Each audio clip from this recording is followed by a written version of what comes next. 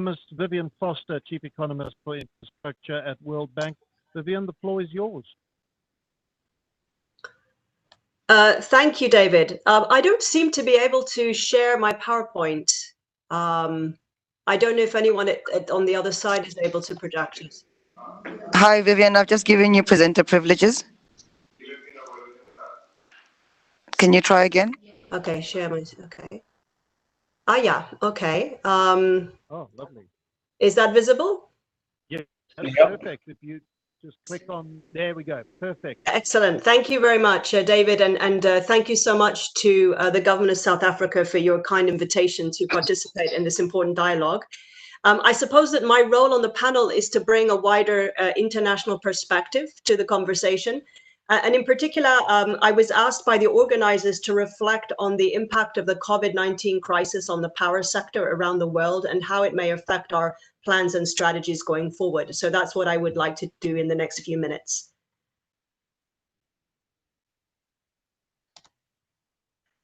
In particular, I'm going to talk about the impact of the crisis on the power sector, considering both the collapse in power demand and the resulting intensifying financial pressure on both state-owned enterprises and PPPs.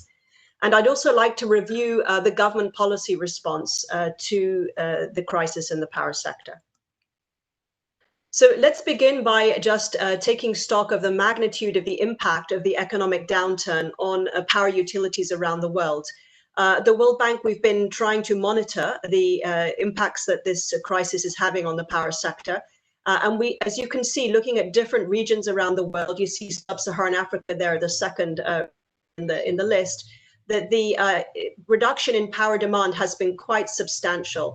And it's reflected also very much the severity of the lockdown measures that have been put in place by the governments. But in the worst case, the reduction can be as much as 25% of electricity demand, which is very major. And I understand that in South Africa, it has been towards the upper end of this range. This is having severe financial consequences, both for state-owned enterprises and independent power projects. In the case of state-owned enterprises, many public utilities, particularly in the developing world, were already in financial distress prior to COVID-19. And they are now facing even more severe challenges. In addition to the aggregate reduction in power demand that I just illustrated, there's been a shift in power demand away from industrial towards residential consumption due to quarantine arrangements. In many countries where industrial customers cross-subsidize residential customers, that means that the decline in utility revenues can sometimes be even steeper than the decline in utility demand. At the same time, state-owned enterprises that would normally turn to the government for financial support in these kind of situations are facing a government situation which is characterized by tremendous fiscal pressures with all manner of social protection obligations, pressures to bail out companies across the economy to support employment and to cater to those who are most severely affected by the crisis. So this puts state-owned enterprises in a particularly difficult situation. At the same time, countries with major independent power project programs are also in a difficult situation. Many countries, particularly in the rest of the African continent, have tended to provide substantial take-or-pay clauses or obligations in order to reduce the risk of private sector investment in the sector. As power declines, it may be increasingly difficult, and as utility finances deteriorate, it may be increasingly difficult for these payments to be honored. And we are already getting reports from different parts of the world of countries where the power sector is struggling to meet the financial obligations to IPPs. There's been significant scale back of payments in countries like Pakistan and Jordan, for example. Countries like Kenya and Ghana are also facing significant challenges, particularly where there may be overcapacity in power generation. In order to address this issue, we think it's very important at this time to and exploit whatever contractual flexibility may be available in IPP contracts. In many parts of the world, force majeure clauses are being invoked and efforts are being made to restructure both the finances and the operational targets of the IPPs to salvage as far as possible these contracts to make sure that they're able to withstand the crisis and into the recovery period. So this is a major area of focus. It's an area where we stand ready to support countries who are addressing these difficult challenges. In order to respond to these kinds of challenges, governments around the world have taken extraordinary policy measures targeted at the electricity sector. We can divide these measures into two categories: measures to relieve electricity customers and measures to relieve power utilities. You can see in the top half of the chart that the measures to relieve the customers are the most common. In the left-hand chart, we see that in many countries, there have been targeted subsidies to particularly disadvantaged households. Or in blue, they have offered the ability to defer payment of electricity bills, or in some cases, both of these measures have been implemented. While these measures are well motivated and understandable in the circumstances, they obviously raise another concern, which is that of an erosion of payment discipline for electricity bills, which would further threaten the financial stability of the sector. In some countries, there has, in addition, on the top right-hand side, been some cases of actual price reductions and price freezes that have been enacted during the crisis, although these are less common than the first category of measures. Finally, in the bottom part of the presentation, you can see that only in a few countries, in yellow there, have there been efforts to provide actual direct liquidity support to utilities at this point in time. But we suspect that there will be increasing pressure over time as the finances deteriorate. One of the key responses that governments are making to the COVID-19 crisis is to enact fiscal stimulus packages as a means of spurring economic recovery from the crisis. Just as a reminder of the last financial crisis that we faced was the global financial crisis of 2008-9, which in retrospect seems small in comparison to what we're facing today. But at that time, many countries implemented fiscal stimulus packages, including South Africa among them, which were of the order of, at least 4%, around 4% of GDP. In many of those countries, and again, South Africa was one of them, infrastructure featured heavily, as you can see there in green, in the fiscal stimulus package. And there's a lot of discussion about whether infrastructure should feature again as part of the economic recovery that countries are hoping to establish in the coming months. At the bank, we've been looking broadly at what has been the experience with fiscal stimulus packages, what are the lessons from experience. And one of the lessons is that the efficacy of fiscal stimulus really depends a lot on the macroeconomic circumstances of the country. In particular, the lower the levels of debt, the more accommodative the monetary regime, and in general, the more closed the economy, the more powerful will be the impact of a fiscal stimulus. So while I don't want to go into this complex topic, I simply want to flag that it matters, the macroeconomic environment matters when deciding how to do a fiscal stimulus. What I'd like to focus on rather is what kind of, how does a fiscal stimulus, can it be made more effective in terms of the infrastructure sectors themselves? And we've identified several factors. The first is the quality of the investments. If a good infrastructure project that's well prepared, well selected, carefully appraised, has the impact to really address, to bring about economic growth. And therefore, even if a country becomes indebted to build that project, the returns in terms of economic growth should still be such that the debt sustainability situation would improve. In other words, the project should add more to the economy than it adds to the debt. However, if countries build white elephants, the opposite happens. They add more to debt than they add to the economy. So it's particularly critical at this time to ensure that there is good governance around project appraisal processes to ensure that high impact projects are selected. The second important issue is the timeliness of the infrastructure. As we all know, large infrastructure projects, while they may be very important, are often very slow to implement. And therefore, they may not be very suited fiscal stimulus unless they're already at an advanced stage of preparation that can be accelerated.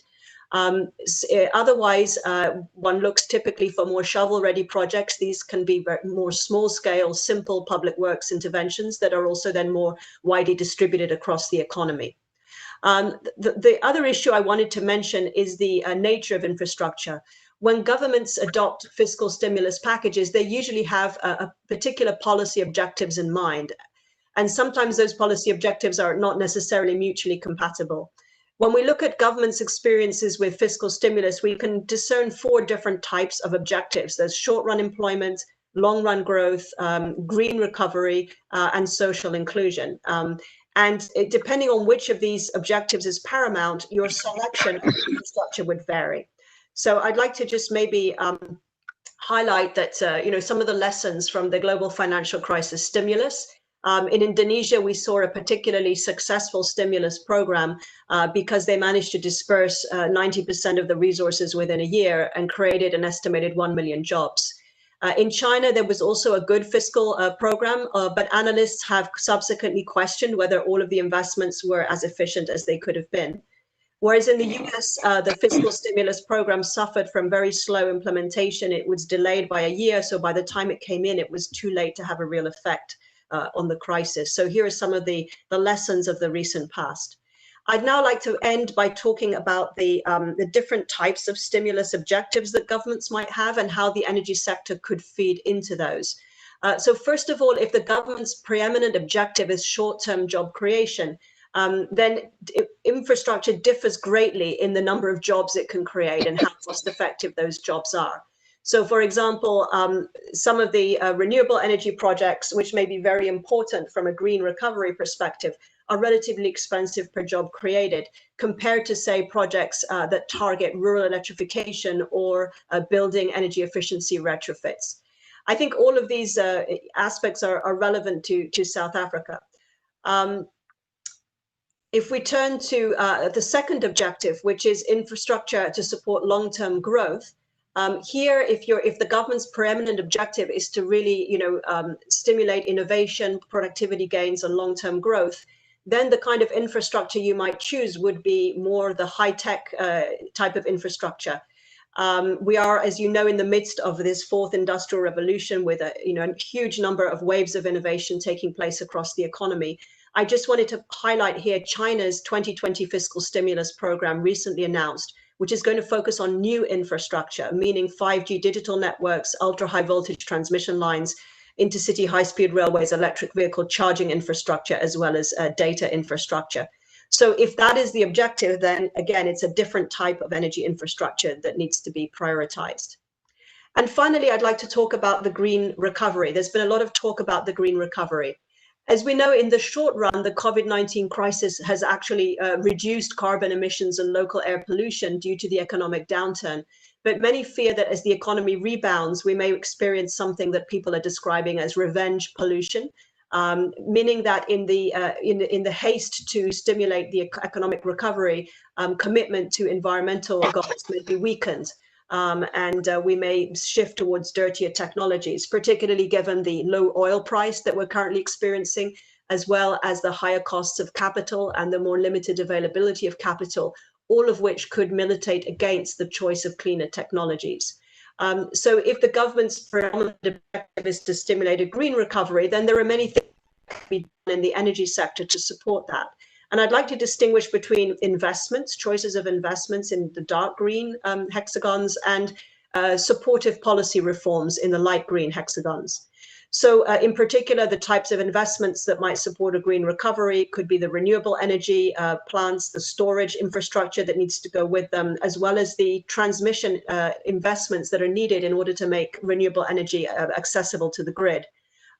Electric vehicle charging infrastructure is something that could be considered in that space, as well as digitalization and modernization of power utility infrastructure, the so-called smart grid, as well as energy efficiency investments across public, private, and social sectors. And we know that in South Africa, for example, that energy intensity remains relatively high, so this could be an area of potential interest. Finally, I want to emphasize that given the limited availability of fiscal space, choosing green investments is important, but equally important is adopting the policy reforms that will help to keep the economy on a cleaner trajectory. This includes, in particular, a reform of energy pricing, whether it's reforming utility tariff structures to provide clearer price signals for adoption of new technologies, or indeed moving towards closer cost recovery while providing a well-targeted safety net to ensure that energy remains affordable to the poor. So I'd like to leave it there and simply to reiterate the comments of our Vice President, Maktar Diop, who spoke in the opening session. We at the World Bank stand ready to prioritize our support to South Africa during this challenging time. Thank you. Vivian, thank you very much. Before we move on, I'd just like to tell the participants who have joined us that there is an opportunity to interact with our panelists. If you look at the chat box, you can send a message through. Emil Unga, I've already got yours, for example, and quite simply, the sooner you get your messages in, the better the chance we get through them. Obviously, you will want to react to the various panelists, but that option is open for you. Emil's got in rather speedily. Let's move on swiftly now from UCT, from the Energy Research Center, Jessie Burton. Jessie, the floor is yours. Thank you. Good afternoon, everyone. It's an honor to join such an esteemed panel, so thank you for having me. And also, it's an honor to discuss what I think is South Africa's most important sector and understanding how we can address our economic recovery, but also the underlying structural barriers to a more inclusive economy for South Africa are very important. And I see the energy sector as core to this. I mean, I can't do anything except agree with everything that Vivian said, but then speak a little bit about the South African context. I think we shouldn't forget that even before COVID hit us and put us in this hole, that we were already in a crisis. We're the most unequal society in the world. We have extreme levels of poverty. 55% of people live in poverty in South Africa. 25% of people don't have enough food. We had structural limits to growth that need to be addressed. And what's the role of the energy sector in catalyzing this new pathway? I think there are two kind of key areas that we should maybe think about and discuss today. That are part of a sustainable recovery. So one, I think the energy sector's got a core role to play in a green RDP. I think we should think again about how we build social infrastructure and social inclusion with better service delivery to address a lack of water, a lack of sanitation, limits to energy access. Although we have very good electrification rates, they're not keeping up. And besides that, poor households typically can't afford the electricity even if they have a connection. The second part of that is we need an urgent stimulus for the productive sectors of the economy. Now, there are two main drivers of fragility in South Africa as I see it. One, the electricity supply crisis that we face. So, Minister, thank you for bringing up energy security. I think that's going to occupy us a lot of the time today. Eskom's financial crisis is now putting us completely at risk. We need a solution that's more than just IPPs and more than just Eskom. We're going to have to think about reimagining the whole sector to deal with some of these crises. The second kind of driver of fragility is, I think, a lack of diversification into labor-intensive sectors and more sustainable sectors that don't rely on 20th century for our balance of trade. And what are our options? So my team at UCT, what we mostly work on is trying to understand the welfare and economic outcomes of energy choices. So we do long-term energy planning, very similar to the integrated resource plan, but for the full energy sector, and also looking at the it's linked to an economy-wide model. So we can understand what are the employment effects of different decisions, what are the GDP effects of different decisions. Our work has shown, very much like the work of the DMRE and the IRP, the work of the CSIR and other analysts in the country, that it's very clear that what we need to do now is implement. We need to implement the IRP. Our electricity future is one that's made up primarily of new wind, new solar, gas, batteries, and other kinds of storage like pump storage to provide flexible capacity. The advantage of this build plan, as I see it, is that we need to get it going, but it has some advantages. We get cheaper electricity than if we build expensive mega projects. We meet our climate change goals. It creates more jobs over time. Lifting constraints on the IRP, for example, if we don't lift those constraints by 2050, electricity is much more expensive than if you build higher. And we can have energy security. We need to build things that are very, very fast, that can be on the grid quickly, and that are low risk. So as demand changes over time, because we don't know what will unfold in this post-COVID world, we can pull back or accelerate our build plan. This is backed by the DMRE's work in the IRP and the IEP, the CSIR, UCT, TIPS, Meridian Economics, and Eskom's own analysis. Getting ourselves out of load shedding is going to be incredibly important, because as soon as the economy starts growing again, we're going to hit that constraint. And it helps us meet the national development goals of low carbon, climate resilient, and inclusive economies. And that inclusive part is important. I think we should be thinking about multiple configurations. I think community ownership, municipalities procuring their own power, households feeding back into the grid, especially poor households who can earn an income from that.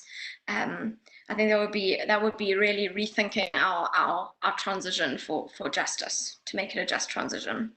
Secondly, a green RDP. Supply is only one part of the equation, and we always focus on supply in South Africa. We have for 100 years, but we should be thinking about what is energy for. It's for people. So let's work on making housing energy efficiency. Vivian's numbers were great at showing how it's a very least cost but high employment way of getting people into work. It reduces their energy bills, it gives them better living conditions. We can do that in buildings, improving workplaces. We should be working on making sure that appliances are energy efficient, getting people off paraffin, coal and dung and onto electricity. We can create jobs doing these kinds of retrofits and expand the distribution infrastructure.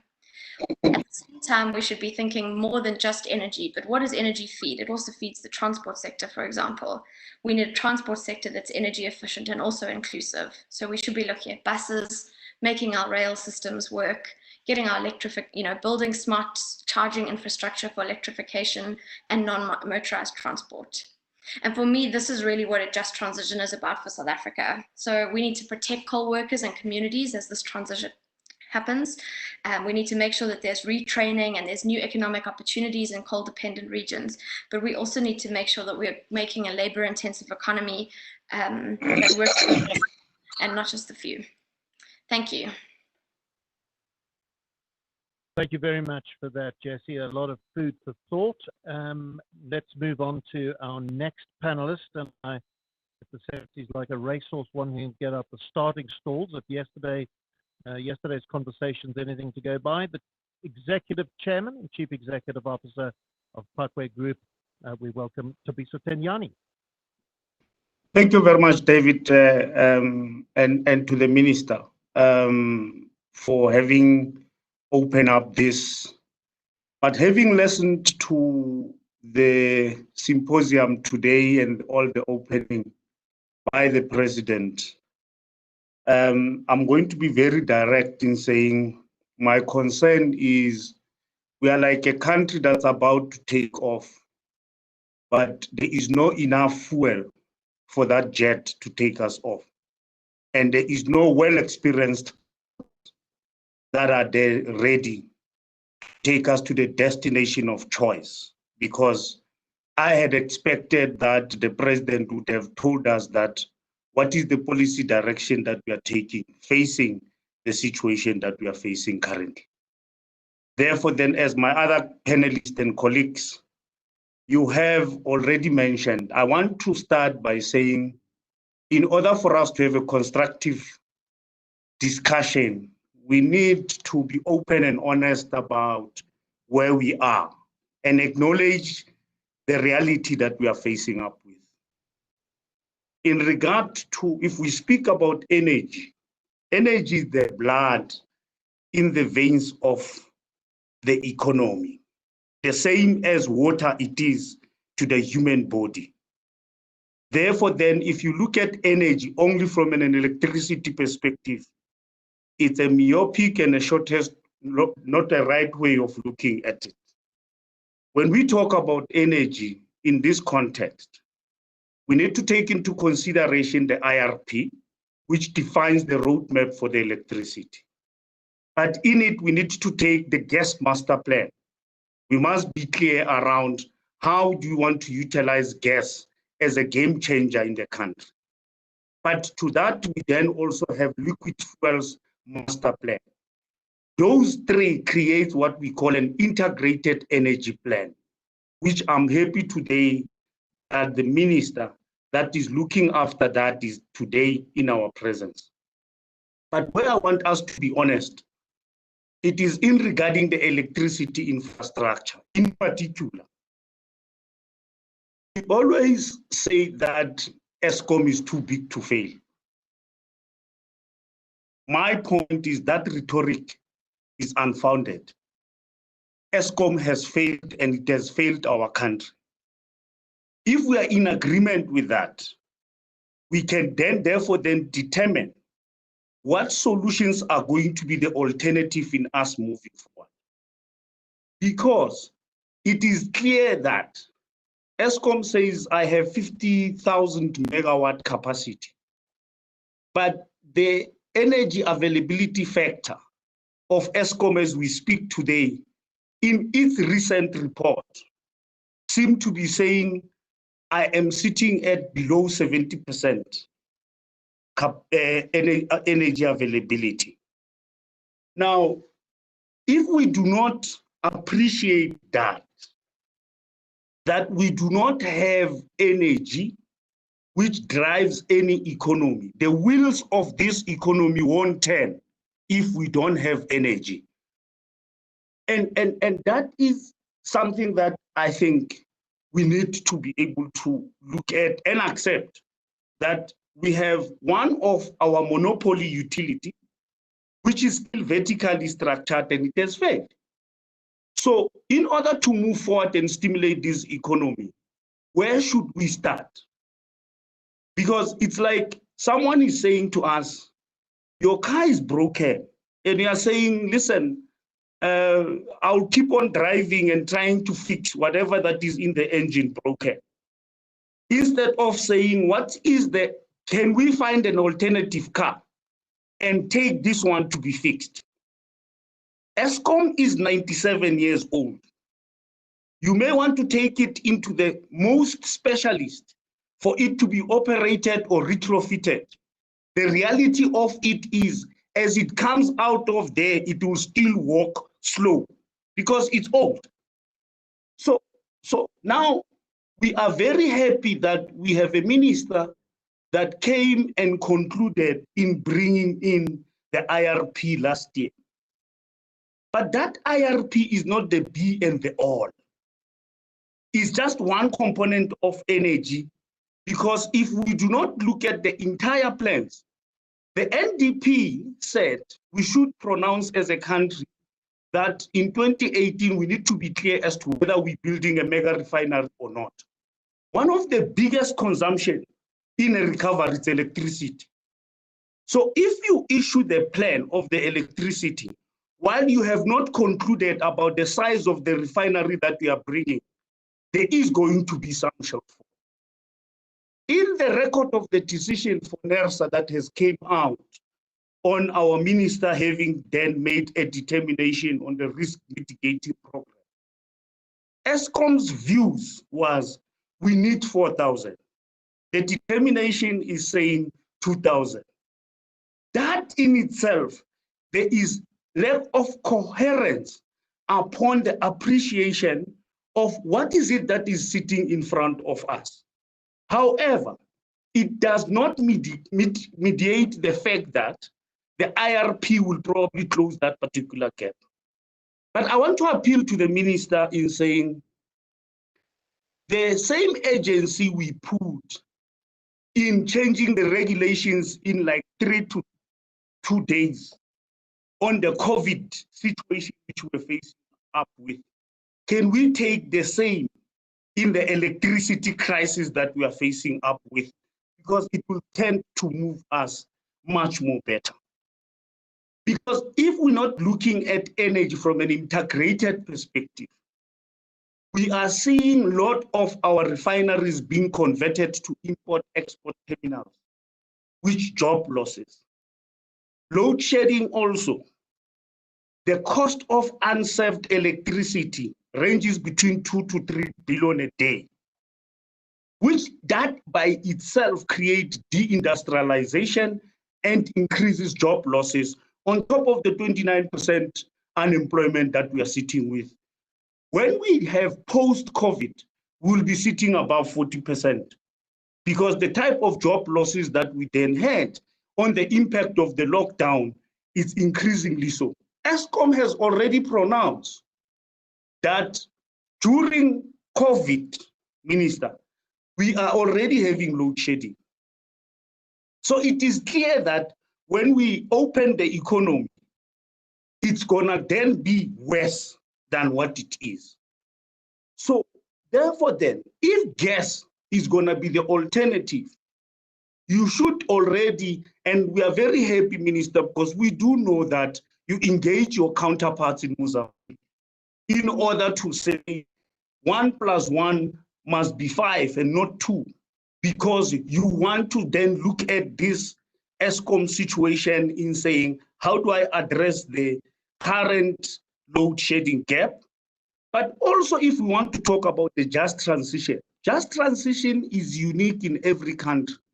The appreciation that we need to have is the fact that in Wheatbank now, when they are decommissioning those power stations, what is going to be the alternative? If you say it's going to be gas, there's going to be less jobs that are going to be absorbed in maintaining a gas plant, because you just need the gas to push it through to those turbines to do. It must be a combination of biomass and gas. Therefore, then the government should be the one going either to the mines, or the government should be the one identifying the land to start planting that biomass and then making it available as a feedstock and creating factories that will create pallets of this biomass to be burned so that we can absorb as much of the employees which were in the mining companies. Because when you decommission, it's 2 reasons. It's either the plant has reached its age or the coal underneath is being depleted. If you fetch the coal from another mine, which is a distance, the cost of coal is going to be higher. And hence, the situation that ESCOM finds itself saying, I have the biggest input cost to my cost is coal, but the cost is becoming higher. The justification of the mining companies is a grade C coal, which used to burn before, is done. The coal, they're also exporting it, and we're going to sell it with the same price. Therefore, then, if we had projected that, we could be, but we are happy to have also a minister that is both having the experience of mining. He's being a miner himself, he's being underground. Therefore, then he will deal with this just transition in a manner that is much more balanced. If we don't approach things from a common understanding, Minister, I think that we're going to have a challenge. If one solution is gas, let me show the incoherency that exists in government now. Transnet is saying, I'm busy with gas I'm going to be also busy with Kucha. ESCOM is saying, I'm going to repurpose my power stations with gas. Who's going to be this gas? Because we know that South Africa needs to import it, because we are not necessarily exploring our own gas here. Because the only company which was doing exploration of gas offshore was Petro SA, which in itself, in its current form, is having its own troubles that the minister is trying to deal with. So that incoherence in the approach, we should be by now saying, this is an area which we have identified as an IDZ, that all gas industries, we have an IDZ as Kucha, we have an IDZ in Richards Bay, we have an IDZ in other areas. We are going to be dedicating that when these areas grow, they must grow all at data. Or else a smaller person that is looking for gas is never going to be able to afford to import it. So my appeal is, as we engaging in these things, the world has shown us that Norway at a particular point was a country that we didn't know. But today, Norway has the biggest sovereign fund, which the funds thereof came from gas. That's how far I'll leave it, David. Thank you so much, Thabiso. Minister, I know that you've got a fair amount that you'd probably want to say in reaction to Thabiso's comments.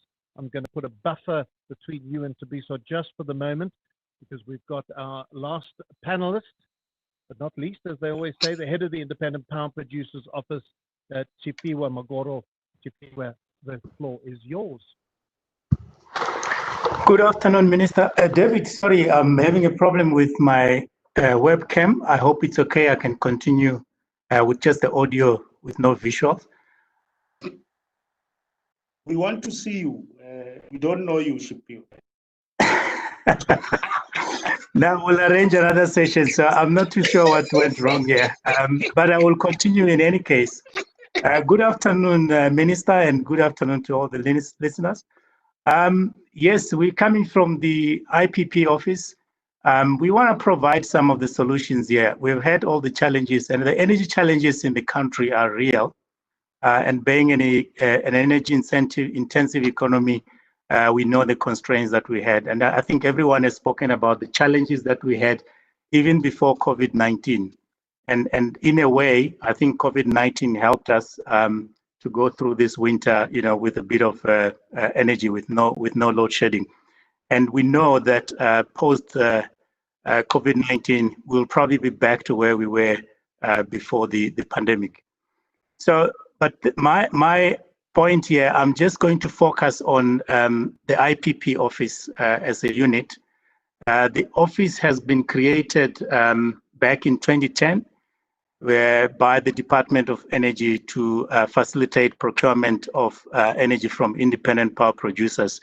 So I am going to focus on this aspect as a possible solution to some of the challenges that we have in the energy space.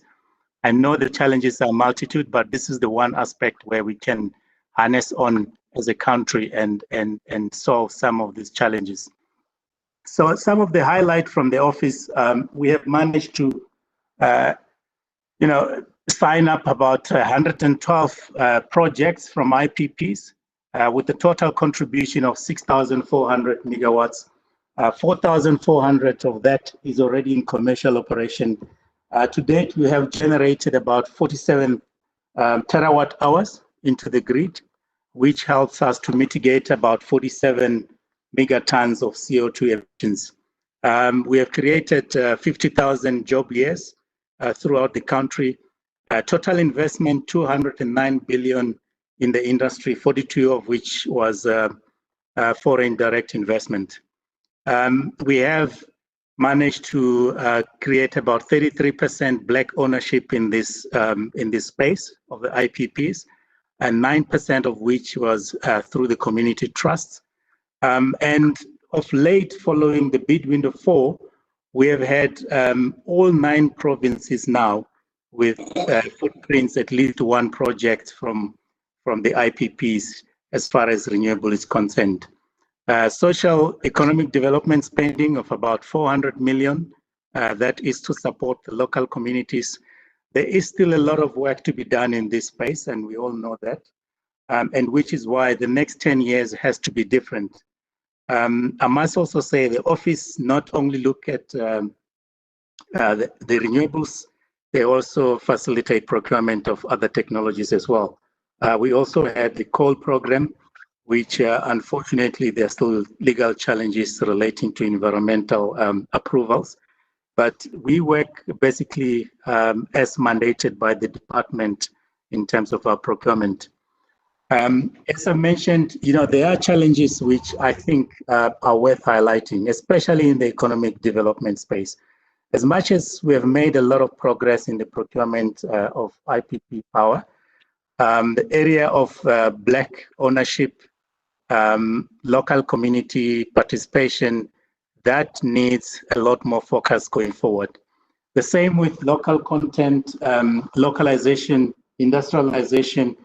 We have not made enough, and these are some of the areas where I believe we should focus on as we continue implementing the IRP going into the future. We are also doing a number of projects within the department to try and unlock some of the Black equity from the earlier projects to see how we can facilitate more investment by Black industrialists into the future projects. Then maybe I can also touch on the current programs. The first one, I think Mr. Tanyane touched on, the 2,000 megawatts risk mitigation. What we're doing there, we are now preparing the RFP, which should be out in the market within the next month. and that will be for the 2,000 megawatts. And for the first time this time around, we are not going for a specific technology. We have left it as a technology agnostic program where the bidders will provide the solution to the problems that have been indicated by the system operator within Eskom. And that is the 2,000 megawatts gap, which is from 5 a.m. in the morning until about 2100, with some other technical requirements regarding the performance of the plant as well. We're looking at about 10 to 15 or 20 years term for this program, but all the details will come out of the RFP, as I said, which will be out within probably by the end of July. This document should be out in the market.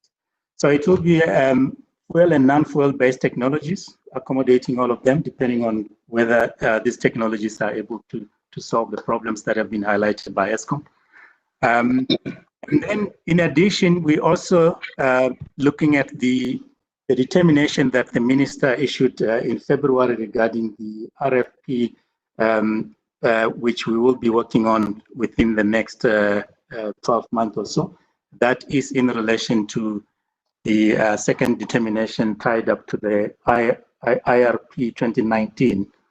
In there, we're looking at about 1,500 of clean coal, 6,000 plus megawatts of wind, another 3,000 from PV, and 3,000 from gas. And for the first time, we're also looking at 500 megawatts of storage as well. So that determination is out, and NERSA is busy now doing the consultation regarding the concurrence that they have to issue before we can proceed with the process. And as I said, that we're looking at the second quarter of next year that we will be going out to the market for that determination. And again, I must highlight the critical aspects here is to support the countries as we recover from this global pandemic, so that we can get everyone, including the local communities, to participate in this program, especially in the energy space where we are building these facilities within their geographical locations. So just to summarize, as the IPP office, we have built a reputation and we have established ourselves as a benchmark organization in the last 10 years. And we are looking forward to maintain that credibility and support the government through the economic recovery process going forward. And so David, I will stop here and then allow the audience and the panel to continue with the conversation. Thank you. Siwa, thank you very much. And you may have answered Neil's question about the IPP project emergency RFI. Will it go ahead? You have been talking about deadlines in July and the next quarter. Neil, if that doesn't answer the question, just send me a follow-up on chat. I noticed as well, there's also Q&A for our participants if you want to send a question on Q&A, and I've already got at least one question there. So we're starting to get questions in. So those now, all our panelists who've had an opportunity to talk, I'm going to go round again now and start with you, Minister. So back where we started, because there was a fair amount that Thabiso Tinyani was saying that you may well want to reply to. My question, though, is, and it might be 24 hours too early to pose this question, because we've got the finance minister giving that emergency budget tomorrow, which might inform us on a better way of how COVID-19 is affecting us. But my question is going to be about IRP 2019 and to what extent it needs to be revisited, if at all, in the wake of the COVID-19 pandemic. If you could deal with that, tell us about IRP 2019. Are we still on track? And also, if you need to respond to Thabiso Tinyani's comments, I'll leave it to you. Okay, David. The lowest voice in the panel is your voice, David. I don't know why. Let me start off by putting in perspective cost of electricity. Cost of electricity must be looked into in various aspects. First of all, the cost to the economy. That is the first one. Half the time, we never have that discussion. We talk units. Number two is cost per unit, which is very important cumulatively to the cost to the economy. And I think the debate that we're having, that I describe as polemical, is always about this cost per unit, where others say will be cheap next year, but we're expensive now. You know, I don't know, David, if you know that we are paying 425 cents per unit in PV in window 1 and 294 in window 2, 174 in window 3, but we sell all that in 89 to 1 rand. So that is cost per unit. In the future, it will be cheap, but with this cost is what we carry today. Now, let me go to the question of what Mr. Tenyane talked about. No, we're not only looking into electricity. IRP talks about electricity, but we look in all forms of energy sources. Let me give you an example. In electricity, IRP is solid. We're working on gas, and actually, we see gas as a game changer in the transition, and including LPGs as taking a lot of pressure from ESCOM. And therefore, I agree with you when you say ESCOM has 50 megawatts connected, but at best it is having 31 available, which is actually a misnomer. There is no 50 megawatts. Yes? Yes. It's 50 megawatts connected, it's 31 available all the time. Yes, if it is at its best, it's 33 megawatts. So, Yes. yeah, so when you have that, there is a problem already. That's why a proposal that we put on the table that we're working on is the question of opening up competition at the level of generation, so that we don't depend only on ESCOM for generation of electricity. There must be diversity of generators, but that will require us to redefine the role of transmission. The ISMO bill was dealing with that. We're taking that bill back to Parliament so that a transmission is the market. Then you open continuous generation, a transmission is the market, and the problem is we're beginning to see weaknesses in the distribution as well. So we'll have to do the analysis of the whole value chain. That is where we are. So I agree with you there. And therefore, the vertical integration is something that we're already talking about, unbundling of ESCOM, and more specifically, the redefinition of the role of transmission in that value chain. You can look at the Dutch model, to a great extent, you can look at the Chinese model. That's the route that we think is sustainable in this day and age. The issue of whether we were looking at 2,000, ESCOM talk about 5,000. No, we talk about 2,000 to 3,000 megawatt emergency. That is what was projected by ESCOM. That keeps on moving. But there are other interventions that will actually deal with the gap that is emerging. The first one is own generation for own use. For example, I can tell you that on the permitted one, which are registered, 1 megawatt or less, with 30 with 130 permits issued already, where they have been registered. And they generate a total of 59 megawatts. On other bigger than 1 megawatt, we have issued 5, we're working on 2, already 59 megawatts are licensed.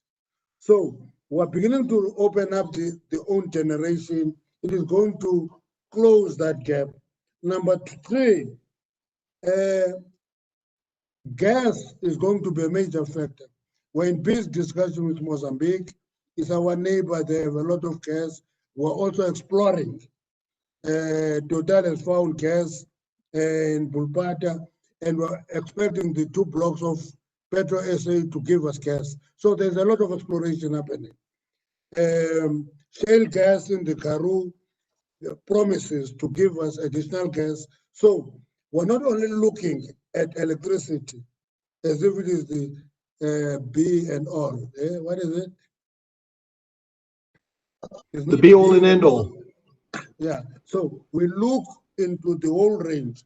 Now, let's go to the question of the confusion that you are having. Because Transnet talk, Richards Bay, we took off and so forth. We had that discussion this morning, ironically. And our conclusion was that actually, in South Africa, we may need at least 3 LNG complexes to import gas, 1 in Richards Bay, 1 in Kucha, 1 in Saldanha, because as gas begin to play a major role, there's going to be massive importation of gas to the energy. So let me conclude by saying energy, I agree, is the catalyst for economic growth. That's why we must be open-minded. Let me give you an example. Renewable energy people have been putting pressure on us, giving them window 5. If you ask me, from the department, we have opened it. There are 2 areas that must be opened up. 1, ESCOM as the buyer. 2, the regulator agreeing to that. From the department, as far as we're concerned, window 5 is open with more than just over 6,000 megawatts for renewables. So people must begin to prepare, because once those 2 bottlenecks are open, we'll open them. They must not say we're taking them by surprise. They must start preparing. And I want to stop at that. No, let me make one last point. The last point is, during the lockdown, we had what I described to everybody, that listen, this false satisfaction, the question of no load shedding and so forth. We said it is not a question of improved efficiency, it's the decline in demand. So that is not something you celebrate.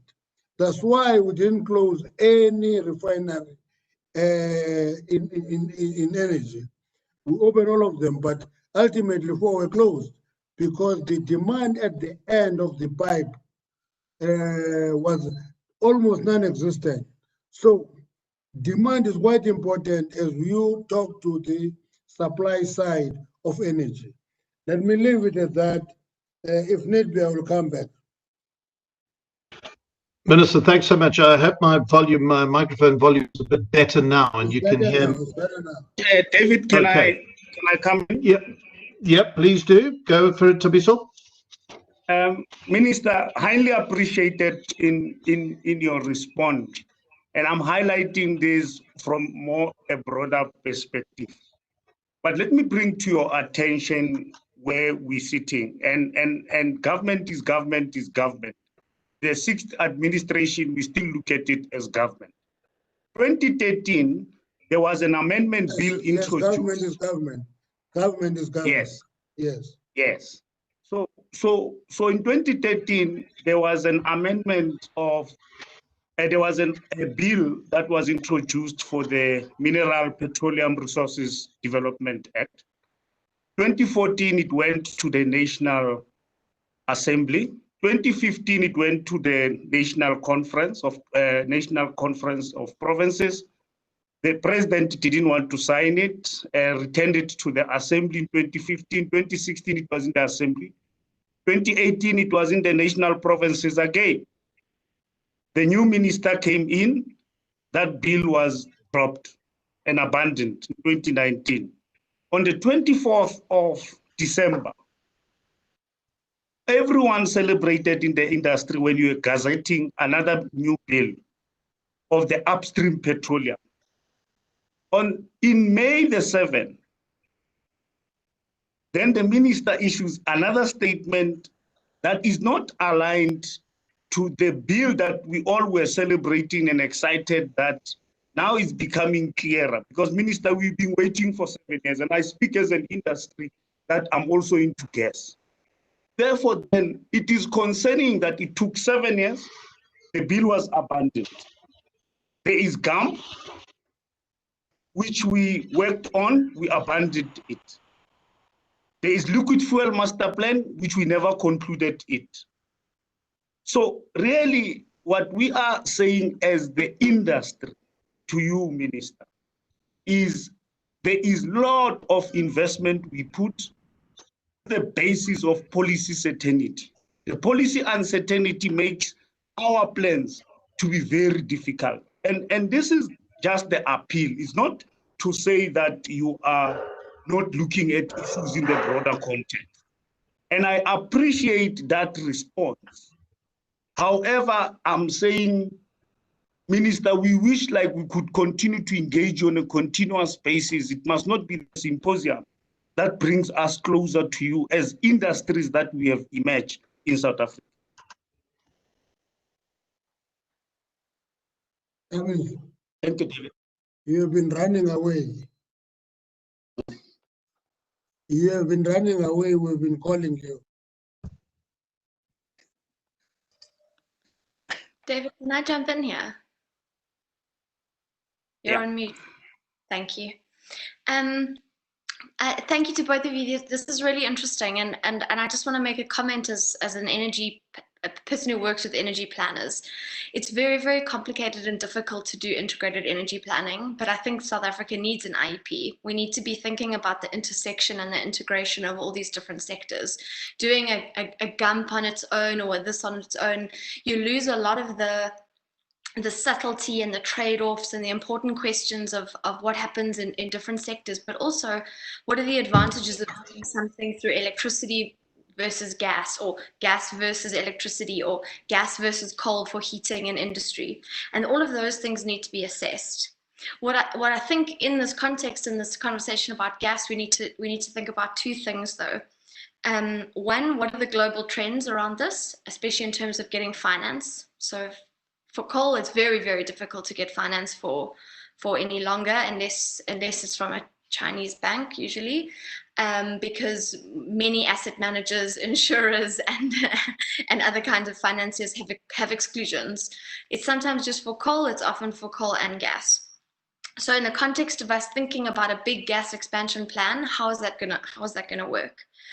The other question really around this is, I think South Africa probably does need gas. Most of the electricity modeling, at least, and in our case at UCT, we do full sector modeling, there is a need for it in the coming years as coal phases out, and in particular because we need flexible capacity to complement the renewables that we'll be building out in the next 30 years. So I don't disagree with that. But we need to then be thinking about a few things. We're not taking coal plants and replacing them with gas plants to run as baseload. Most of the analyses, we see gas coming in at between 8 and 15% in the power sector. In other sectors, is the best thing to do to switch from coal to gas, or is the best thing to do to keep those boilers running on coal and switch straight to hydrogen in the 2030s when it becomes viable? All of these are important questions that we need to address, and then make kind of important, and they're kind of investment decisions around how big your LNG storage looks, how does it work, how do we design the contracts for those power plants, and we shouldn't forget that in the rush to kind of get excited about infrastructure. We don't want to end up with stranded assets in another area again. Thanks very much, Jesse. Vivian, do you want to come in on any of the points that have been raised? Thanks, David. It's an interesting conversation. And while I'm not familiar with the details of the South African situation, maybe I can just make a few comments. I do think, there's obviously a lot of concerns around planning, which is really fundamental. And everything I've heard suggests that this integrated resource plan that you have is really a major step forward. I think with any energy planning, it's important to keep it up as things evolve, but also it's important to really, commit to the implementation of the plan. I mean, I've seen many countries adopt plans that were very well grounded to follow through on the implementation. So I think that's equally important. I do also want to mention that on the issue of employment, that I can see, given how crucial the issue of unemployment is in the South African context, that having a holistic view of the energy sector that takes into account the employment patterns of different types of energy and how that will evolve over time is really important. And in that sense, I'm very encouraged to hear that the UCT is doing this kind of work, and that dimension can be brought into the energy planning conversation. I also want to come back to the topic of energy efficiency, because I think all too often energy planners focus exclusively on the supply side of energy security, which is obviously fundamental. But actually what we're really looking for is supply-demand balance, and being able to manage demand effectively and to make energy more productive for the economy, to get more economic output from every unit of energy is really, really important. And that's where I think energy efficiency comes in. I mean, I was looking at the numbers, and globally, I think countries are getting about 20 cents of output per megajoule, but in South Africa, it's almost half that amount. So there's really South Africa. What I'm trying to say is South Africa is a long way behind the energy efficiency frontier. The economy is becoming less energy efficient over time, less energy productive, if you like. And so I think that it would be important to include energy efficiency as part of the plan, and as an area that can also create employment, as we mentioned before.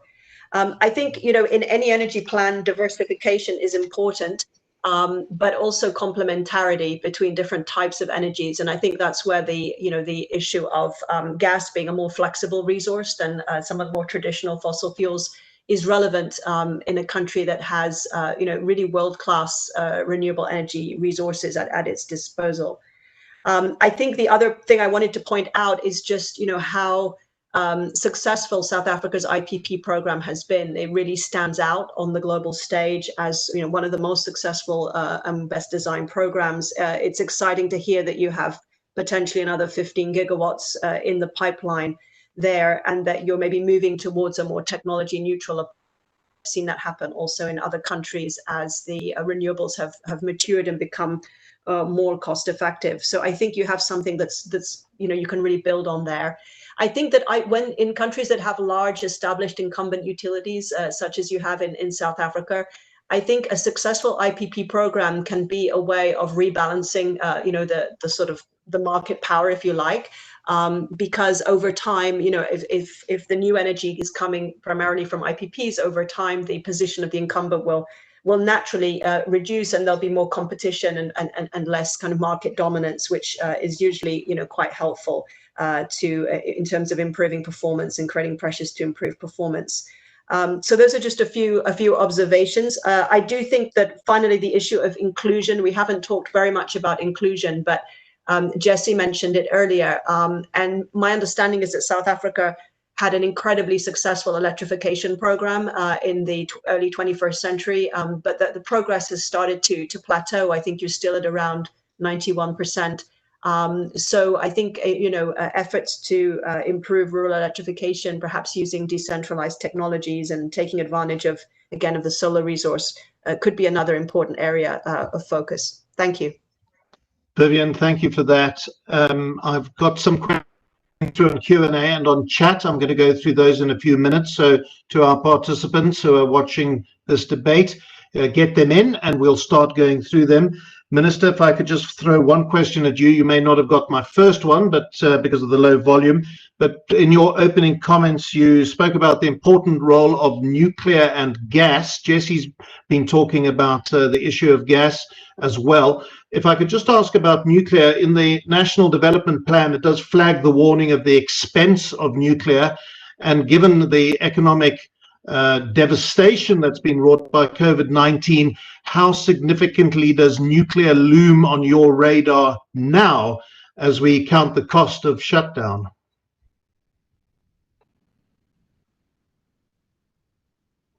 Minister, you there?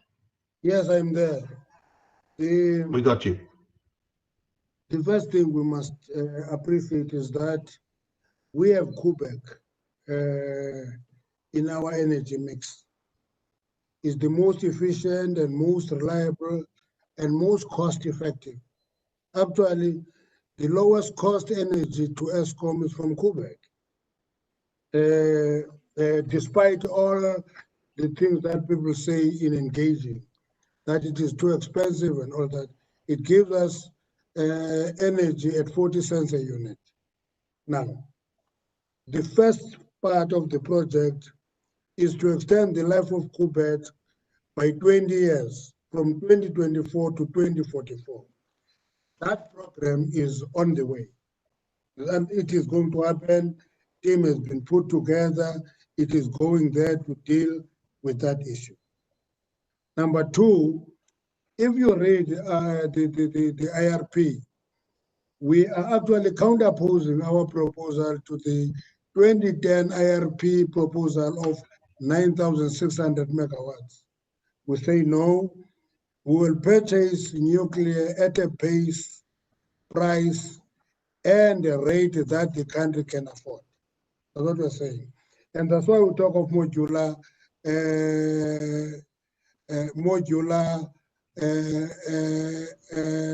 power stations of nuclear.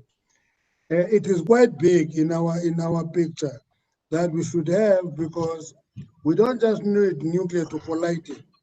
We are also leading in terms of producing isotopes at South Africa. So nuclear technology broadly is a technology that we need both for energy and for medical research. So it is big in our picture, but we've counterposed it with hydro in the IRP, which is quite difficult because it's out of the country, it's very far, it's difficult to influence. So we are having our eyes on nuclear. That's why we are putting out the request for information there, because we want to test the market. Are there any people who are interested? For example, in this day and age, if you can't afford the technology, you can give an operator a right to build, operate, and transfer. And in that way, you don't give cash, but you can still acquire that technology. Yeah. The pebble bed modular reactor work was done quite significantly, 10, 15 years ago. Is that worth revisiting? NEXA is looking at it very seriously. We have a new team at NEXA, quite serious team. They're looking at it, they're talking to Eskom. On the issue of gas then, before I move to our questions, Jesse was talking about the issue of gas. We've got that enormous find, the Brulpadda find. We've got that massive gas field that has been identified off the coast of northern Mozambique, maybe too far away in terms of piping the gas down. How open is government to investing in infrastructure to capitalize on those gas finds? I realize Brulpadda is still some way off from becoming commercially viable. South African government, through IGAS, is 25% owner of the pipeline for Sasol, from the Mozambique gas field to Sasol. We're 25% owner. And with the current discussion, we're hoping to increase our shareholding in that, because we think that our neighbor Mozambique has big deposits of gas. We should access those gas. We must be friendly to Mozambique. Mozambique must be friendly to us. And that is therefore possible to have access to that gas, but we want to continue with our drill. Actually, Total is coming back to drill additional wells in Brulpadda, and we have 2 blocks of Petro SA around it, which we think that we must find a partner to drill them. Let's go round to our panelists. Does anybody want to add something to what's been said? Can I come in, David? Yes, please do. Is that Tabiso? Yeah, Tsifiwa. Yeah. Or Tabiso? Who's it? Tabiso. Yes. Tabiso. Tabiso, go for it, Tabiso. Yeah. I think I need to support the minister in regard to the perception that the country is having about nuclear. But I'm also challenging the minister to reconsider the position of the hydro, which we signed the treaty in 2013 in DRC, because when we talk least cost, that's 3 cents a dollar per kilowatt hour, that particular Inga project. However, I want to emphasize on the basis that it is clear that when Quebec was built, we can all reflect on the fact that did the country afford it then? It was not about that. If we are challenging and having shortage of electricity, and I say to, and for an example, I want to demonstrate an example here. Let's say UK was having a problem of electricity. And from that particular context, can it go to Rome in Italy and say, please supply me with electricity? People will be tempted to say, no, it's too far. But the reality of the matter is the distance from Witbank to Cape Town is the distance that it was considered that distance from Witbank to Cape Town is the same distance as UK and Rome. So nuclear was looked at that the transmission lines that are going to go down to Cape Town will lose a significant percentage of electricity. But at the same time, nuclear requires rich uranium and seawater to cool off. And those two things in South Africa were having it in abundance because rich uranium is the byproduct of mining gold. So therefore, then we need to use the abundance of the things that given us. And therefore, then when we say energy mix, is going to be all technologies without one favoring the other. The challenge with the renewable in replacing to the base load is wind is erratic, solar is 6 o'clock to 6 o'clock. But what are you going to do when you're dealing with the peak and the base load of factories that then are going to want to work on a 24-hour basis? So nuclear comes in very handy in supporting renewable, and I see that being going hand in hand. Thanks, Tabiso. Jesse, you've got your hand up. Oh, sorry, I think that was from earlier. You can ignore it. Okay, no problem. Minister, do you want to respond to what Tabiso was saying? Nuclear, he is actually thinking that our position is correct. I won't get into that. Let me go to hydro. He said, DRC, let's reconsider that. Countries are not only relating to one another on the basis of money. There is also diplomatic relations that we have, and the intracontinental trade in Africa is still very, very low. The Chinese and the Spanish are very hands-on the hydro project, and they're actually investing in it. African countries cannot afford it. We want to remain in that mix and be able to build a transmission line that can connect to us. In that way, it's not only about money, it's also about interconnectedness of the region in terms of electricity. There is already interconnectedness in Southern Africa in terms of the Southern African power pool. And therefore, it will add to that, and it's a safe option in the long term. Let's go to some of the questions that are coming through. The first one I'm going to take is from Ntumba, who says several mentions have been made to Eskom being in financial difficulty on account of, amongst others, electricity tariffs that are not cost reflective. This position seems to be widely acknowledged. The question then is, what is the government doing to increase tariffs towards cost reflectively in order to enhance Eskom and by extension the power sector's financial viability? Would any of the panelists like to tackle that one? David, yes. Look, let's not be deterred of this unfortunate situation that Eskom finds itself. There is policy element into it, but I don't think we have enough time to be looking at it. When the ANC government came into power in 1994, their actual focus was electrification of the broader masses of the country, in particular black. And therefore then Eskom couldn't be transformed at the time, mainly because its major goal was to then electrify as quicker as possible. But in a situation, I think we should also remember the apology that the President Thabo Mbeki offered on the context of having delayed because they were bundling power stations at the time, because the state was not having money in the same situation which we are finding ourselves. They were now clustering power stations. And at the time when they were doing that, you may sometimes taken an opportunity to go to the white paper of 1998, which prescribes clearly what was the intention of government at the time. But mining then challenged them because licenses were already issued. Mining said you can't delay on the basis of wanting to cluster the power stations and give them a bit to the private sector to inject the capital on a build, operate, and transfer. But at the same time, the alliance group was not in agreement because privatization was an issue at the time. Therefore, then there was that notion that if you privatize at the time, then the majority of won't find the electrification. But over and above that, there will be job losses.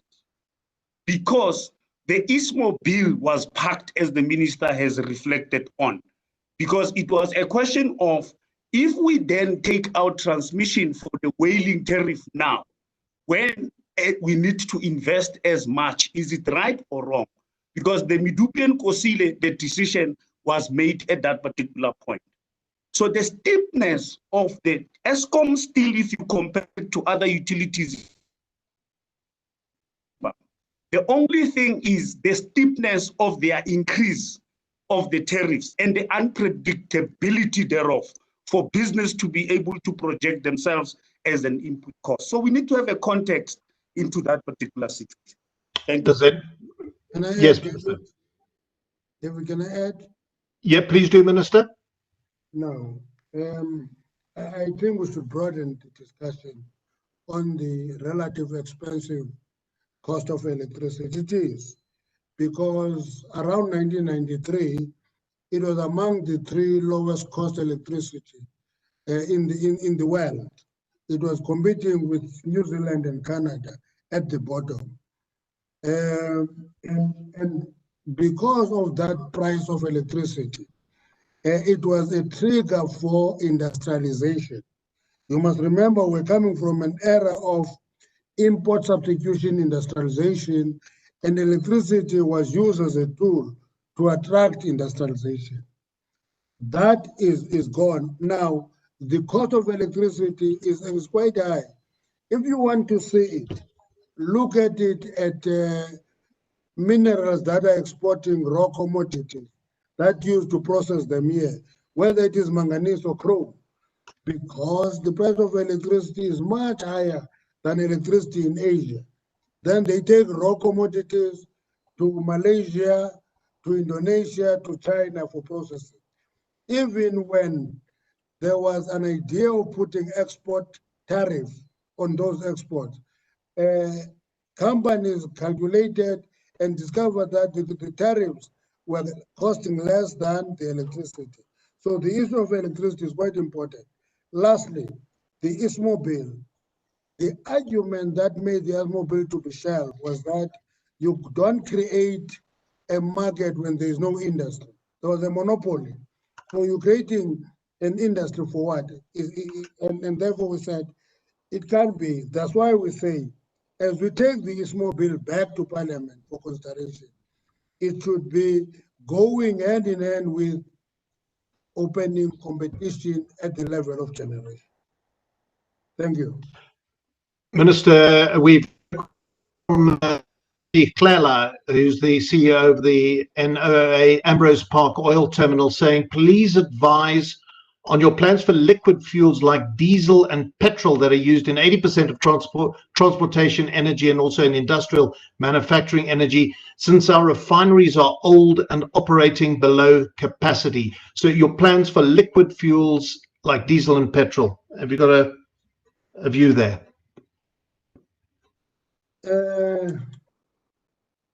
Let me make this point in public, David. One of the most difficult things is to get the petroleum sector in a meeting. Is the most difficult thing that I have tried, because when you call them, they see themselves as competitors. I'm trying to say to them, you are an industry, you are a sector of the economy, and then when you come out of the meeting, you compete.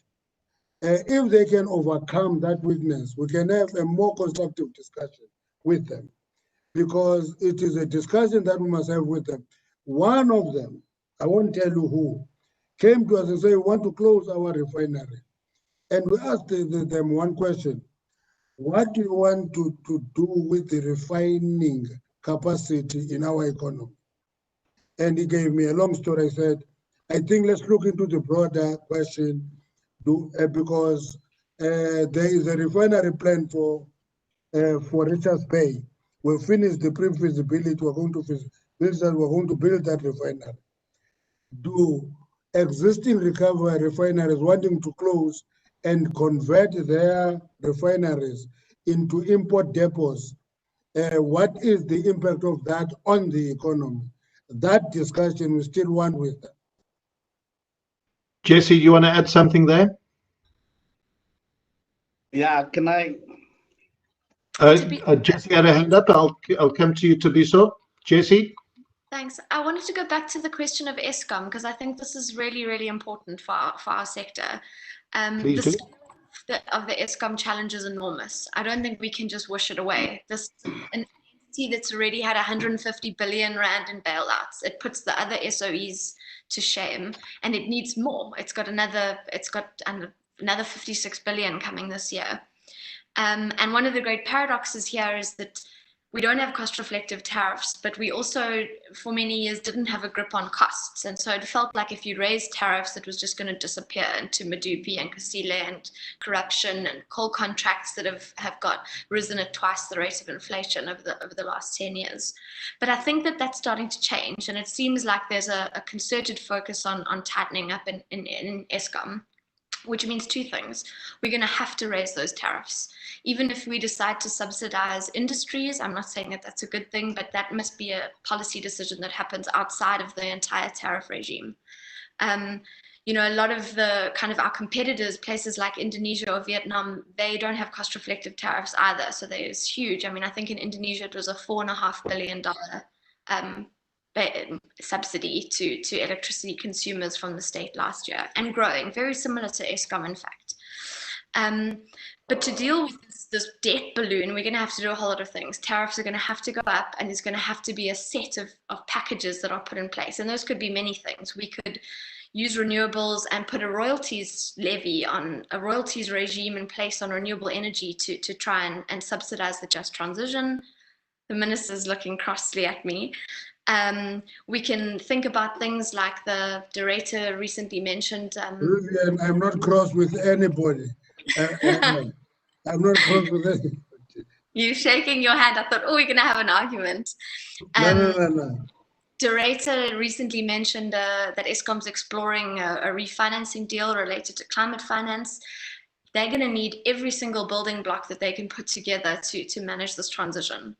And I think this is a broader strategic question as well, is I don't think we want Eskom to disappear. The history of Eskom is interesting. They're the people who did drive electrification, and there's still a role to play there. And what we certainly don't want to do is have private interests own our grid. It's the future of our electricity industry is very much in Eskom's role as a transmission and system operator. And we shouldn't lose sight of that. Jesse, thanks for that. Any other panelists like to weigh in on this one? Yes, Vivian. Yes, Tabiso.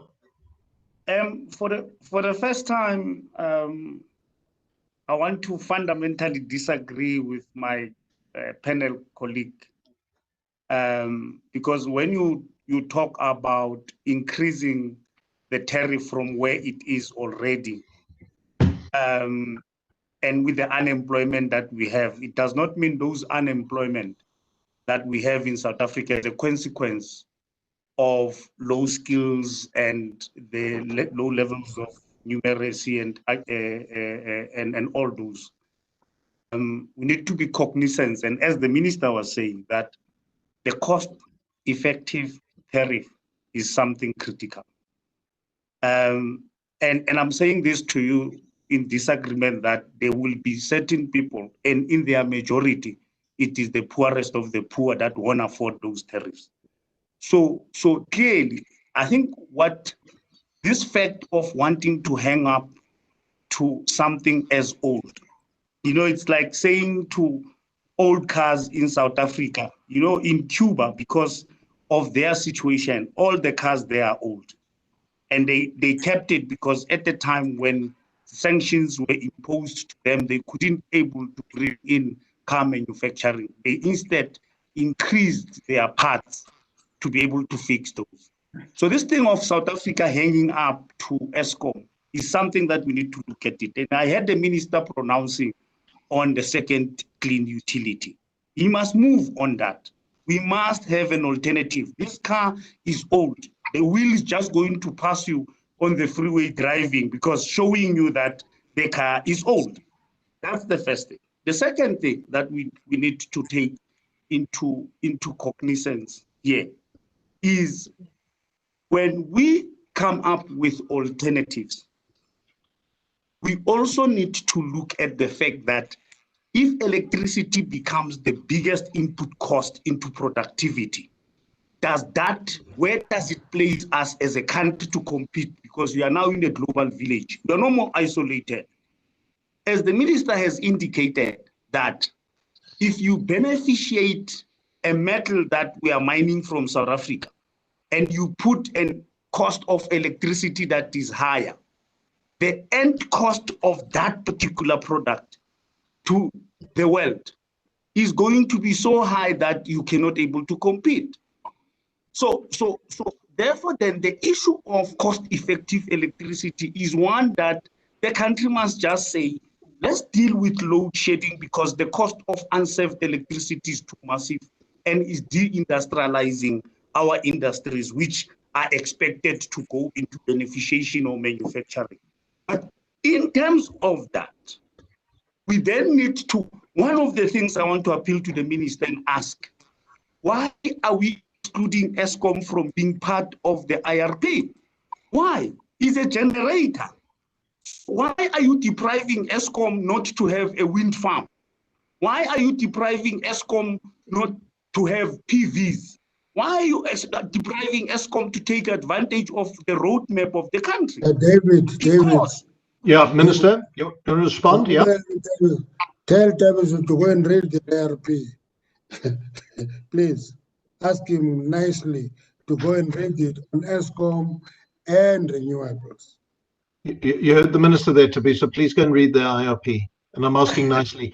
I do have Jessie, go for it, and then I'm going to go back to the questions. Yeah, Jessie? I take your point and I agree. I think having cheap electricity as an input to the economy is incredibly important. Having electricity for the economy is incredibly important. But then this takes us back to what the minister raised at the beginning around costs.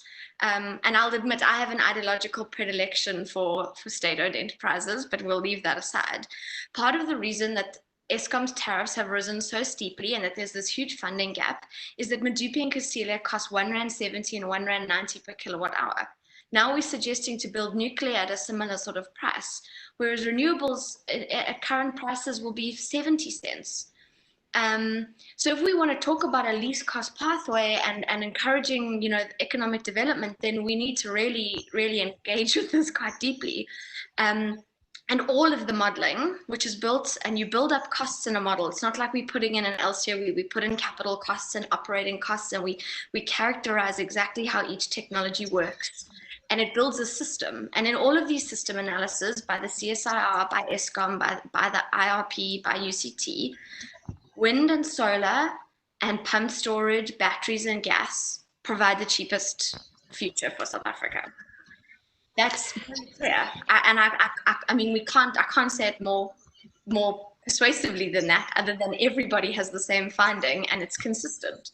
And it's not about building baseload gas or new coal or large nuclear. I concede that 9.6 was going to be very expensive. We haven't assessed 2.5. But we should be very clear that if our future is on minerals and minerals beneficiation, then we need to be thinking how to make our electricity the cheapest it can be. Jesse, thanks for that. David, this is Vivian. Can I come in? Hello, David. Vivian. Yes, Vivian, go. Is it okay? Yeah, I just wanted to come in on this very important topic of cost recovery for the power utility, which is a challenge we see, all over the world. But it's clear that without, as high degree of cost recovery, it's very difficult for a utility to function effectively. It becomes reliant on state subsidies, which often are not forthcoming. These state subsidies, become a soft budget constraint that dilutes also managerial incentives.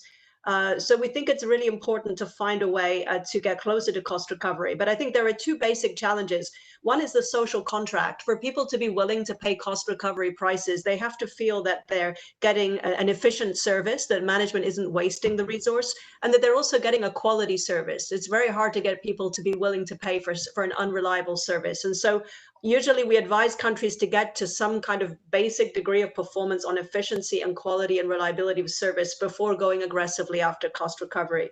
The second issue is affordability, and this is obviously very pertinent in the South African context with the high rates of poverty and unemployment.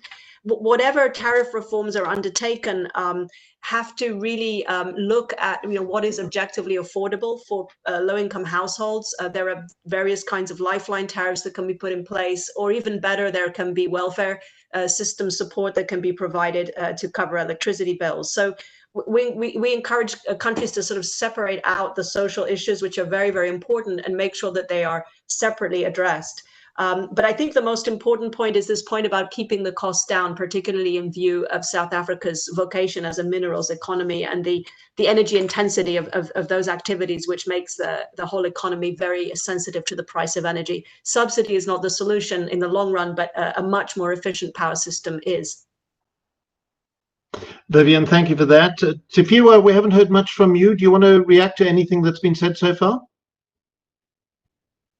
Yes, David. I think just starting with this issue of cost reflectivity, we have to take cognizance of the fact that the grid is changing. And as we talk cost reflectivity, we have to look at unbundling the whole tariff structure. We're getting to a situation where you're going to have a lot of self-use generation, which are probably available during the day and still dependent on the utility power for peaks. So therefore, we might have to unbundle our tariff in such a way that there's clear separation between the capacity charge and the energy charge. So I thought I should just throw that in as well as part of unbundling the whole tariff structure. It's not just a matter of cost reflectivity. It's about making sure that the services are also unbundled so that we each know what we're paying for. While you've got your into a space where energy and capacity have to be separated and paid for separately. Okay, thank you. While you've got your mic on, you might be able to handle this question. When will we be in a position to begin supplying municipalities formally with electricity generated on IPP sites? Can you handle that one? I'm not too sure about the question, but if the question is about municipalities buying directly from IPPs, it's my sense that's what the question is, yes. That is the policy question, and I think the minister is probably in the right place to answer that. There has been a case that we are aware of in the city of Cape Town involving the department. So that I'll leave for the minister to respond to. Okay, Minister, do you want to pick up that one? A question from one of our audience members, Emil.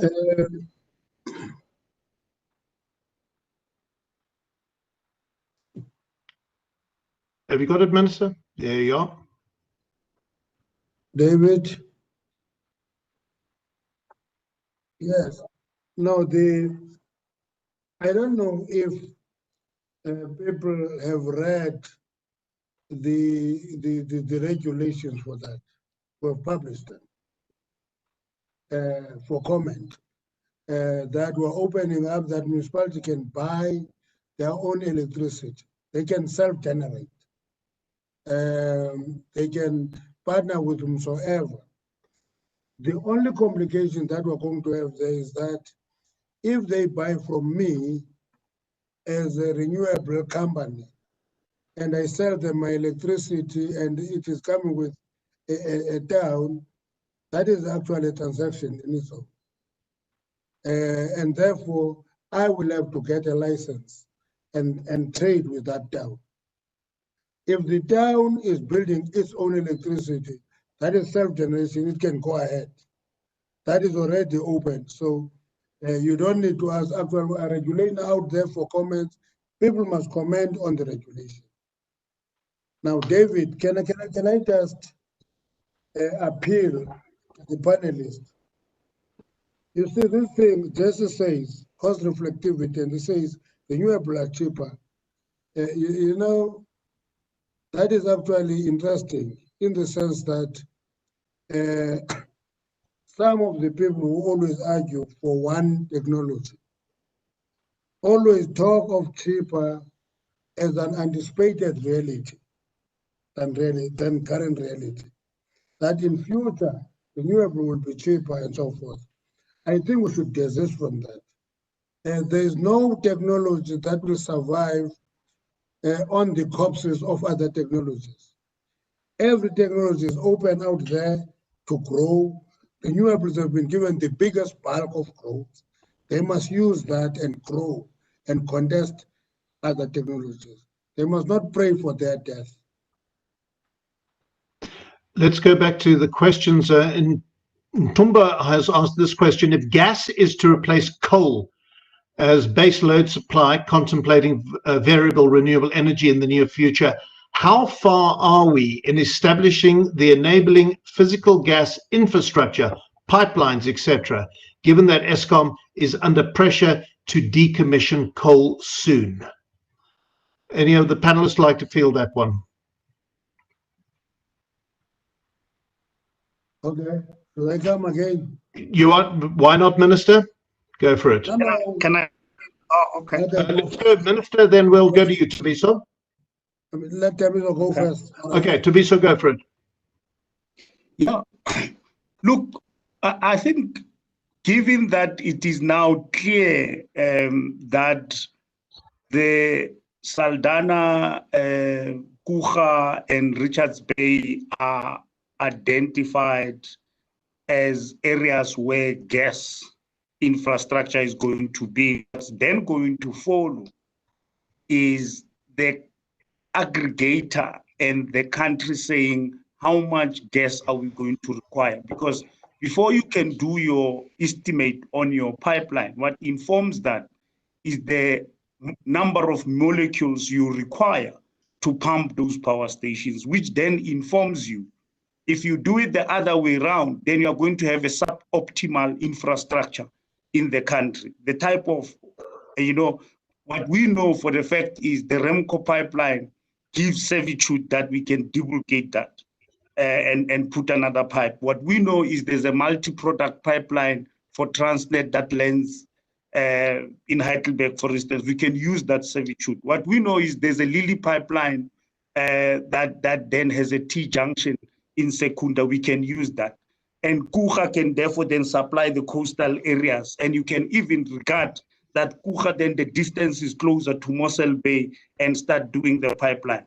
But if you are not starting by saying the refinery then that is in Mossel Bay is going to be used to be in full capacity, and these are the molecules we require, then to do the cost pricing for that and the pipeline network, and becomes something that is very difficult. But I think government has moved by identifying those areas, and therefore then the question is how much gas are we bringing, and therefore then how much of the infrastructure do we require from piping to bringing that in order to reach. Like if Kucha was to be done first, it will be too far for Gauteng.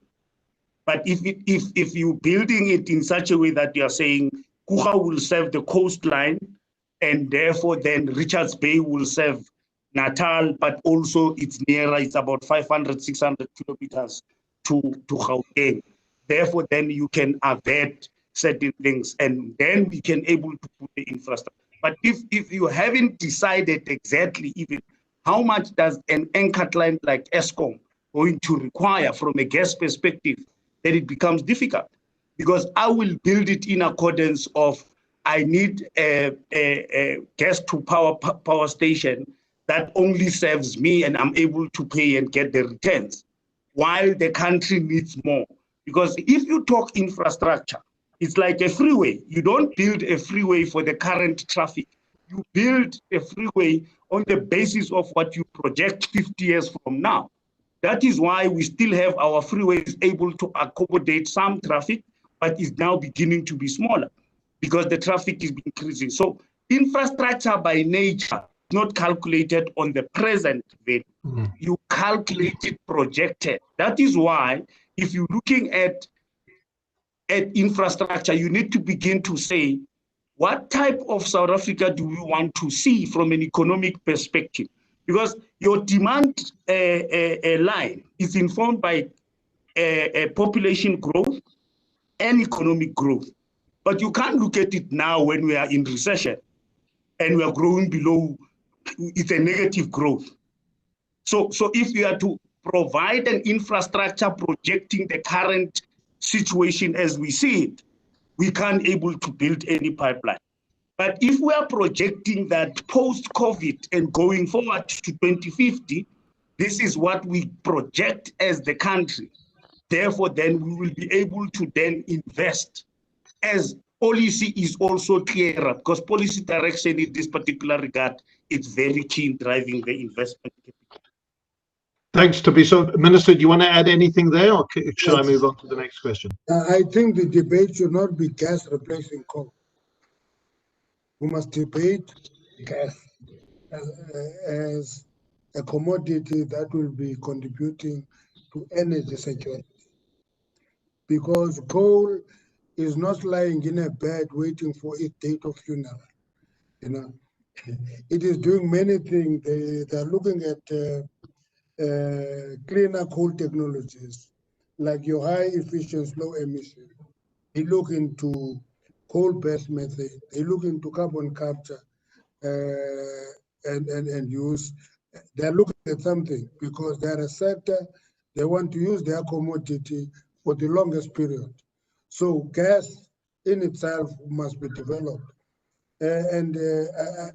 Thabiso, we're not saying it will be in Richards Bay, then Kucha. If we get developers who want to invest in Kucha, we'll allow them first. Because one of the things that we should also do is to restructure the economy. This is an opportunity. And try to diversify our economy from the tripartite points, which is Durban, Witwatersrand, and Cape Town. We must try to develop the economy.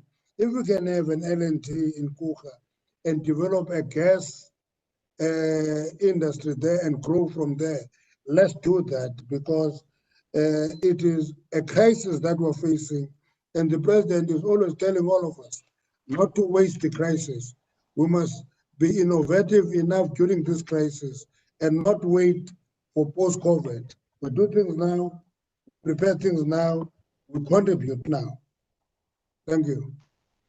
Let's a very interesting question here from Mei Zheng, if I pronounce that correctly, from the China Africa Development Fund. He says, for the development of own generation, the financing of projects is a problem. Without Eskom PPA and sovereign guarantee, it's difficult to get banks financing. What are the possible ways to solve this problem? Who from the panel can take that question?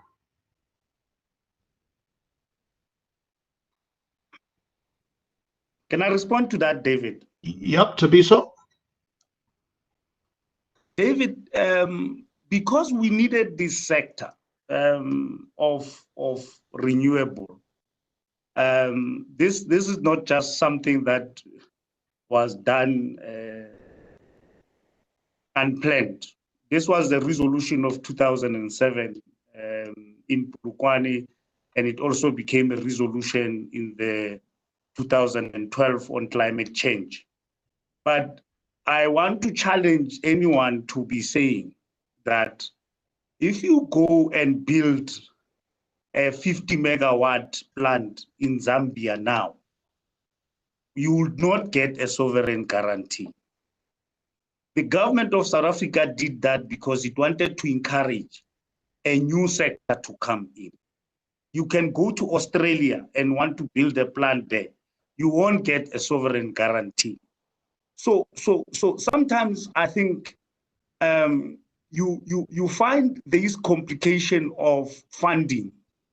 2011, I was one of the first IPPs on a project of about 1.2 billion. If you do 80-20 split on debt and equity, then you go to a DFI that says to you, put 10%. Where will I find the 10% while this thing is a project finance with a treasury guarantee behind? So some of these complexities, we just need to sit as a country and begin to say, if a project is bankable, in the private sector, if a project is bankable and it's a project finance, it does not go to an issue of sovereign support. But by the way, just when we talk electricity, the commercial banks and the DFIs are beginning to want to cover double the way at which this thing is being covered. We need to look at that, Minister, because if we are to continue, that is why we're able to spend 200 billion. Let's take a view. I heard Shipiwa presenting that this round 1 up to 4 has produced so much black-owned whatever. There is no such. There's just no such. And therefore, then I don't think that's a debate for today, but we need to look at it and put, and all my other colleagues can be there. I would want to have Jazz there. I would want to have Shipiwa. I would probably wish to have the minister or the minister's advisors or whoever that is in charge, and the DFIs in the same room, that we debate this particular principle. Because clearly, project finance is project finance. It has its own protocols to it, and we need to begin to support it if we are really intending to roll out and address the gap that exists in South Africa. Financing shouldn't be a problem. Vivian, have you got something to add on this issue of the difficulty in getting banks financing? I think the question is misplaced, David. In the majority of cases that we're dealing with, self-generation is called self-generation. I am running a gold mine. I want to develop a PV net next to my mine. Half the time I don't need funding, I fund it myself because it's self-generation. That's why in the 130 registered 1 megawatt and below cases, it has gone, it's 130 now, it will grow. And the 5 that are in more than 1 megawatt and growing, it is there because it is not about funding. It doesn't need sovereign guarantee. People want to self-generate to cushion themselves to unpredictability of the Eskom electricity supply. We've got 2 minutes left here. Vivian, did you want to add anything there? I'm not very familiar with the specifics. I mean, in general, we see that, you know, off-taker risk is an important consideration when companies are investing in generation by themselves. And in less mature markets, it is typical to have some form of guarantees. But as other commentators have mentioned, as markets mature, as there's more clarity over pricing and demand, then gradually those kinds of supports can be lifted. But maybe since we're finishing up, David, and I'll just maybe leave you with 2 or 3 messages. I mean, I think first of all, I see the need for really South Africa to focus on getting onto a least cost energy path, both for generation, but also in terms of the way the utility is operated. Neither the economy nor South Africa's citizens can afford inflated energy costs. So I think tackling that is paramount. Secondly, looking from the outside, I see so many strengths, potential strengths in South Africa. I see a country endowed with excellent natural energy resources, both on its domestic soil and its immediate neighborhood. I see a country with a world-class IPP program and a strong domestic capital market. It should be possible to put all those things together to realize that vision of a least cost energy development. And finally, I would just remind everyone, don't overlook the demand side. It's always tempting to see everything in terms of building new infrastructure, but energy efficiency and demand side interventions also need to be part of your strategy. Vivian, thank you very much. Vivian Foster, Chief Economist for Infrastructure at the World Bank. Thank you for your time. Minister, some final parting shot from you? No, I appreciated the discussion. I think we can have more of this, not only wait for the summit. The one point that I always want to caution South Africans about is to allow ourselves to be encircled and bring policy options from developed economies to a developing economy and believe that they will work. They will not work here because we are a developing economy. Sometimes we become arrogant and pretend as if we're a developed economy. Let's try to grow our own wood. Thank you. Thanks so much for your time, Minister. The Minister of Mineral and Energy Resources, Minister Gwede Mantashe. Jesse Burton from UCT, formerly of Rhodes, sharing an alma mater with me. Thoughts from you, Jesse? Oh, you're on mute. You need to unmute, Jesse. Sorry. There I you just go. want to say thank you so much to my fellow panelists. This was a wonderfully engaging discussion, and I hope that we can have more.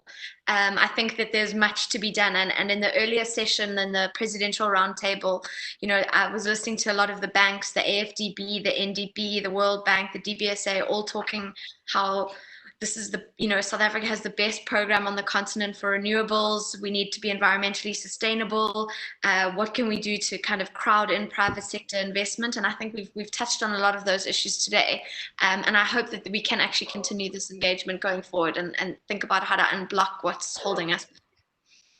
Thank you, Jesse. And I did find your Twitter feed quite illuminating as well. So I'm going to tell people, follow you on Twitter. Am I right? It's at Jesse_Burton. Is that right? Yes, thank you. I didn't ask the minister for his Twitter handle or Instagram account because I didn't think he had one. Thanks for your time, Jesse. Thabiso Tenyani, Executive Chair and CEO of Parkway Group. Let's have a couple of thoughts from you there, Thabiso. Let me express my gratitude for being invited to this panel, and thanks to my fellow panelists for a robust discussion. Colleagues, we have one country and we have no alternative country to go. We need to urgently fix South Africa and get the wheels of the economy to start turning again. That will require a reliable supply of energy. I hope this is not a once-off event.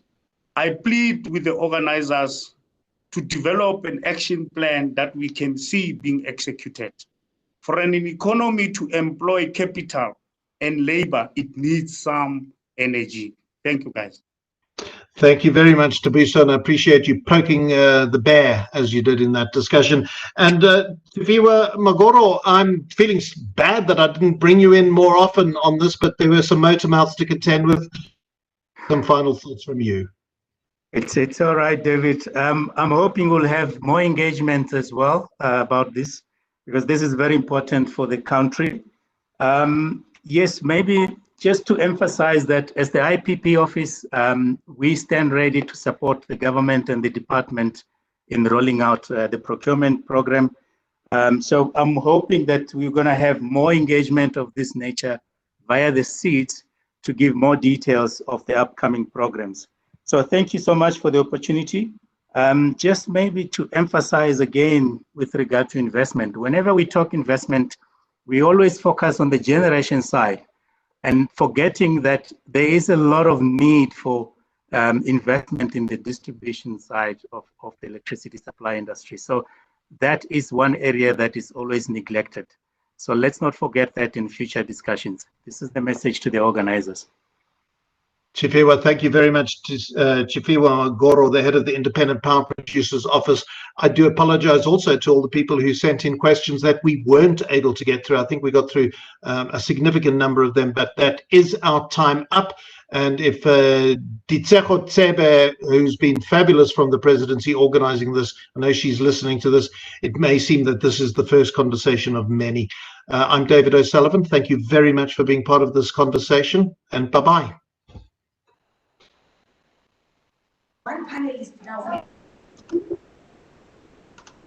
Thank you. Bye-bye. Thank you, everyone. Goodbye.